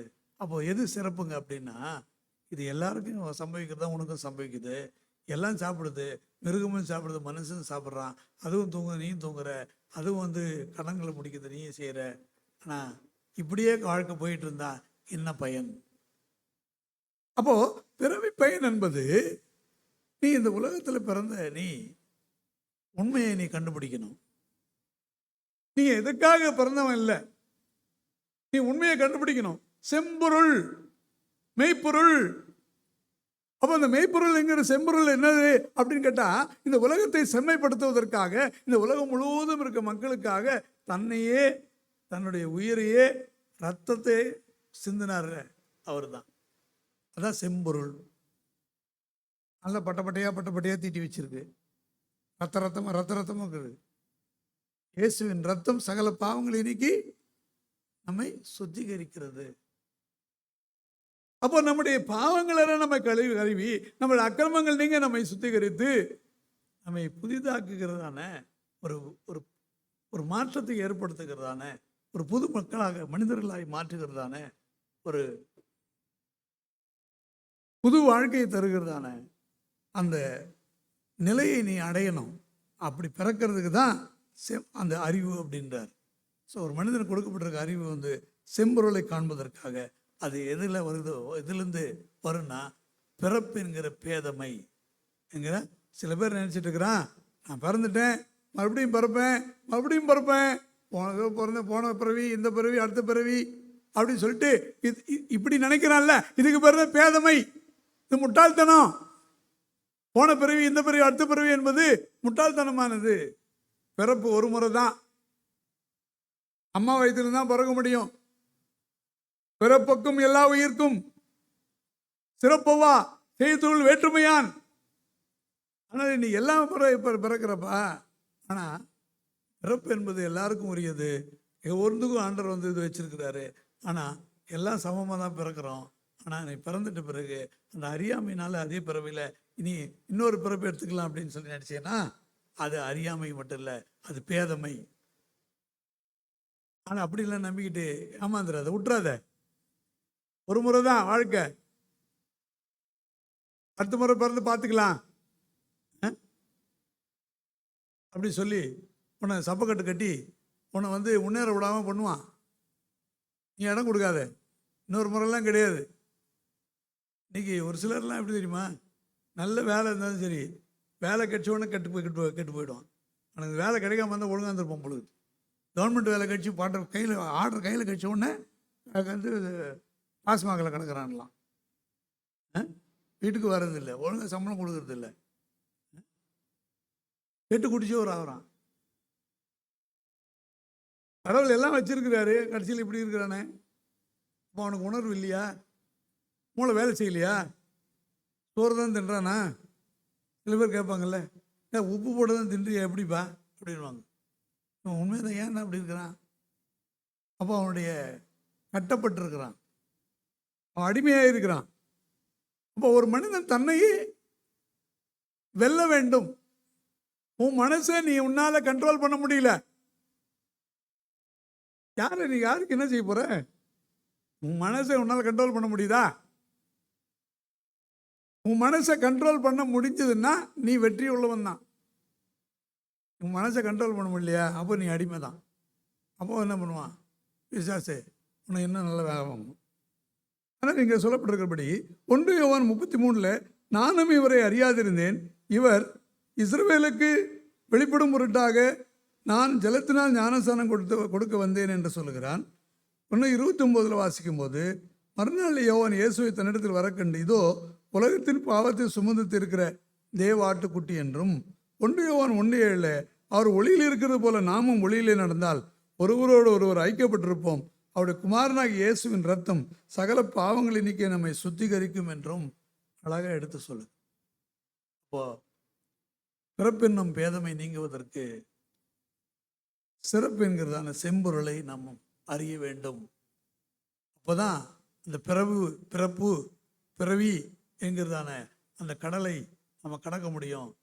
அதனால் அந்த தவறான அந்த நம்பிக்கைகளை விட்டு அந்த வெளியே வருவதற்காகத்தான் மனிதனுக்கு கடவுள் இப்படிப்பட்ட ஒரு அறிவு ஞானத்தை கடவுள் வச்சிருக்கு. அப்போ அவனுக்கு அப்படி அந்த பிறப்புங்கிறதான அந்த பேதமை, அந்த அறியாமையை நீ விட்டு வெளியில் வரணும். அதனால் அந்த முற்பிறவி இருப்பிறவி அடுத்த பிறவி பார்த்துக்கலான்னு சொல்லிட்டு காலத்தை வீணாக்கிட்டு நீ செத்து நரகத்துக்கு போகாத அப்படின்னு சொல்லி தான் இந்த எச்சரிப்பு நமக்கு சொல்லப்பட்டிருக்கிறது என்று பார்க்குறோம். கடைசியாக 360வது குறள், காமம் வெகுளி மயக்கம் இவை மூன்றன் நாமும் கெடக்கெடும் நோய். காமம் வெகுளி மயக்கம் ஆகிய இந்த 3 குற்றங்களின் பெயர் கூட உள்ளத்தில் தோன்றாதவாறு நடந்தால் அவற்றின் விளைவாகிய துன்பங்களும் வராமல் அழியும். வாழ்க்கையில் எனக்கு போராட்டம் பிரச்சனைன்னு சொல்லிட்டு இருக்கியா, இந்த 3 வழியே தான் உனக்கு பாவம் வந்து இப்படி இந்த கஷ்டங்களே வருது. என்னன்னா, முதல்ல காமம், 2வது வெகுளி, 3வது மயக்கம். இப்போ இது 3 பார்த்தீங்கன்னா சொல்லுவாங்களே தமிழில் அழகா, மண்ணாசை பொன்னாசை பெண்ணாசைன்னு இப்படி திருப்பி போட்டுது. இப்போ எல்லாம் என்னன்னா, மாம்சத்தின் நிச்சய, கண்களின் நிச்சய, ஜீவனத்தின் பெருமை. இவைகள்லாம் என்ன சொல்லப்படுது? 1 யோவான் 2:16-17 ஏனெனில் மாம்சத்தின் நிச்சயம், கண்களின் நிச்சயம், ஜீவனத்தின் பெருமையுமாகிய உலகத்தில் உள்ளவைகள் எல்லாம் பிதாவினால் உண்டானவைகள் அல்ல, அது உலகத்தினால் உண்டானவைகள். ஆமென். அல்லேலூயா, அல்லேலூயா. உலகமும் உலகத்தில் உள்ளதெல்லாம் ஒளிந்து போகும், தேவனுடைய சித்தத்தின்படி செய்கிறவனை என்றைக்கு நிலைத்திருப்பான். அதனால் இந்த 3ஐயும் சொல்றார். அதனால் காமம், இச்சை, வெகுளி, நான் தான் பெரிய ஆளுன்ற அகங்காரம், ஆணவம், கோபம், வெகுண்டெழுகிறது, அப்புறம் மயக்கம். அவ்வளோதான். என்ன செய்யறது? உலகத்தினுடைய மயக்கம்னா தண்ணி போட்டான்னா அவ்வளோதான், சொர்க்கத்தில் இருக்கிற மாதிரி ஒரு நினப்பு. சாக்கடையில் நின்று சாக்கடையிலே சைக்கிளில் போய் நின்றுட்டு சாக்கடையில் விழுந்துட்டு ஓடி நான் கல்யாணம் பண்ணி இன்னாடி கண்ணேன் அப்படின்னு இது புருஷன் பொண்டாட்டி சண்டை போட்டிருக்காங்கன்னு சொல்லிட்டு எட்டி பார்த்தா சாக்கடையில் கிடந்துன்னு சைக்கிளை மேய்ச்சி நிற்கிறான். சைக்கிளை எட்டி ஒதுக்கிறான். நான் கல்யாணம் பண்ணி இன்னொருத்தி நான் கண்டேன் அப்படின்னு சொல்லி அந்த சைக்கிளை வைக்கிறான் சேத்துல. இது மாதிரி நிலையில தான் இருக்கானுங்க. அதுதான் சொல்லப்பட்டிருக்கிறது. அதனால் இது ஜீவனத்தின் பெருமையாக இதெல்லாம் அந்த உலகத்தில் உண்டானவைகள் அல்ல என்று சொல்லி நம்ம காண்கிறோம். அடுத்தாக 2 திமோத்தி 2:22 அன்றியும் ஆலயத்துக்குரிய இச்சைகளுக்கு நீ விலகி ஓடி சுத்த இதயத்தோடு கர்த்தரை தொழுது கொள்ளுகிறவருடனே நீதியும் விசுவாசத்தையும் அன்பையும் சமாதானத்தை அடையும்படி நாடு. என்ன செய்யணுமா? பாலியத்துக்குரிய இச்சைகளுக்கு நீ விலகி ஓடி. அப்படின்னு என்ன அர்த்தம்? நான் சொல்லுவான் அற்பத்தனமான அப்படி சொல்லுவாங்கல்ல, குழந்தைத்தனமான சொல்லுவேன்னா பாலியத்துக்குரியன்னா அதாவது அந்த ஏஜுக்கு சில பிரச்சனைகள் இருக்க தான் செய்யும். என்ன சொல்ல? அப்போ அதையும் நீ தாண்டணும். அப்போ எல்லா வயசையும் தாண்டி தானே வர்றோம். நான் இந்த வயசில் இப்படி பிரச்சனை இருக்கும். நம்ம ஊரில் சொல்லுவாங்க 40 வயசுனா நாய் குணம். வயசு 40 ஆகுதா 10 பிரிச்சுக்கணுமா? ஆனால் ஒரு 10 வருஷத்துக்கும் வந்து என்னாவது ஒரு சேஞ்ச், ஒரு டிகேட், ஒவ்வொரு டிகேட்லேயும் ஒவ்வொரு டிகேஷன் வந்துடுது, ஒரு பிரச்சனை வருது. அப்பா அடுத்து வருது, உனக்கு வந்து ஒரு ஸ்டெப் வச்சுட்டேன். ஆனால் இப்போ 40 வயசு நெருங்கிடுச்சு, நாய் குணம் அதுக்கு வந்துடக்கூடாது, பார்த்து பத்திரமா நடந்துக்கோ. அப்புறம் யாரை பார்த்தாலும் வல் அப்படின்னு ஆகிடுவாங்க. இல்லை நல்லதானே இருந்தார் அப்படின்னு வருது சிலது. அப்புறம் 50 வயசு ஆயிடுச்சா, ஒவ்வொரு 10 வருஷத்தை நீ வந்து அதை வச்சு பார்க்கும்போது இதுக்கு பேர் தான் பாலியத்துக்குரிய இச்சை. சின்ன வயசில் ஒன்று மாதிரி இருக்குது, அது கொஞ்ச நாள் ஒன்றா இருக்குது. இல்லை வேறு ஒரு வயசு ஆயிடுச்சுன்னா ரொம்ப நல்லவங்களா இருப்பாங்க நினைக்கிறீங்களா? அப்படிலாம் ஒன்றும் கிடையாது. உடலுக்கு தாங்க வயசு, என்ன சொல், இதுக்கு தான் வந்து வயசு. மனசுக்கு வயசு இருக்கா? மனசுக்கு வயசு இருக்கா? மனசுக்கு வயசே கிடையாது. புரியுதா?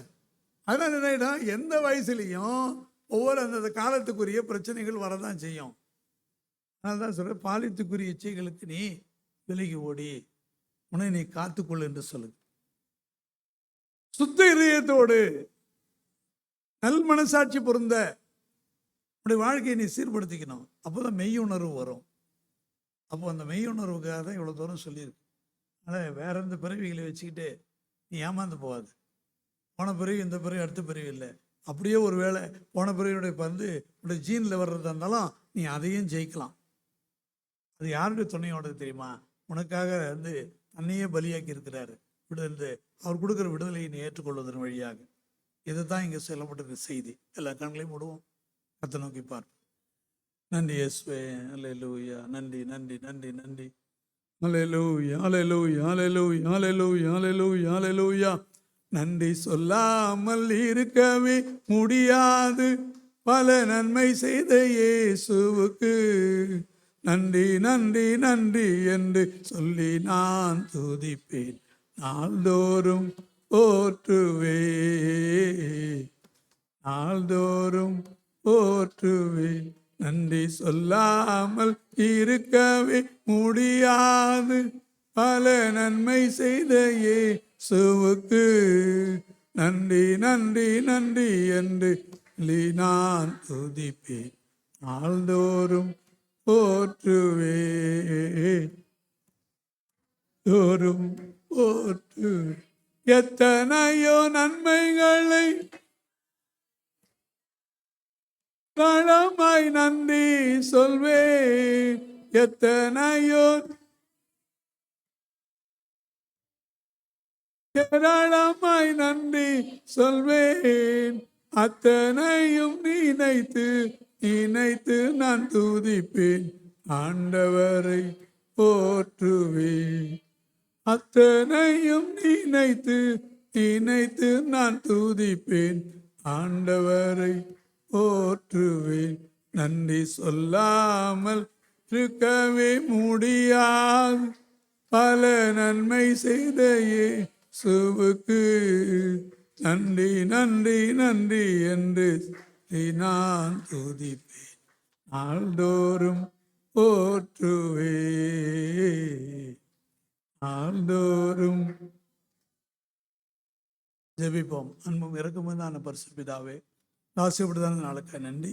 நாளில் உங்களுடைய சமூகத்தில் எங்களை தாழ்த்தி நாங்கள் ஆண்டவர் இந்த கர்மா இங்கிறதான கற்று அந்த கர்ம வினையை பற்றி, மோன ஜென்மம் இந்த ஜென்மம் அடுத்த ஜென்மம் என்று இந்த முப்பிறவி பயன்களை பற்றி காரியங்களை நாங்கள் ஒப்பிட்டு பார்த்து ஆண்டவர் மெய் உணர்வு என்கிறதான ஒரு மனிதனுடைய ஆன்மீக விடுதலை வழியாக கிடைக்கிறதான அந்த மேலான பிறப்பை, அந்த கத்த மறுபிறப்பை, அந்த உண்மையான கத்தாவே மன கத்தா ஆன்மீக விடுதலையை எல்லாரும் பெற்றுக்கொள்ள வேண்டும் என்று எவ்வளோ அழகாக இந்த சத்தியங்கள் இந்த திருக்குறள் வழியாகவும் அன்றைய வேதத்தின் வழியாக நீர் எங்களுக்கு தந்திருக்கிறீர் என்பதை நாங்கள் உணர்கிறோம். இந்த கரங்களை கொடுக்கிறோம். அன்று கேட்கிற ஒவ்வொருவரும் அன்ற கத்தாவே பெற்றுக்கொள்ளத்தக்கதாக அன்ற கத்தாவுடைய விசுவாசத்தை நீர் அன்றருடைய கத்தாவே மனக்கண்களை திறக்கும்படி நாங்கள் ஜெபிக்கிறோம். இந்த கரங்களை கொடுக்கிறோம். ஒரு தனித்தனி பேர் ஆஸ்வதிங்க, பெரிய காரியங்களை செய்யும். இயேசுவின் நாமத்தில் பிதாவே. நாத்துமாவே கத்தரை ஸ்தோத்திரி, முழுமே பரிசுநாமத்தை ஸ்தோத்திரி. நாத்துமாவே கத்தரை ஸ்தோத்திரி, பரிசு சகல பாரங்களையும் மறவாதே. நம்முடைய கத்தராசின் கருவை தாதேவுடைய அன்பு பரிசாவுடைய நிர்ணயிக்கும் வரவேற்பு இன்னும் சதாக்காலங்கள் நீடத்தில் திறப்பதாக. லேலுயா. லேலுயா லேலுயா. உங்களை ஆசை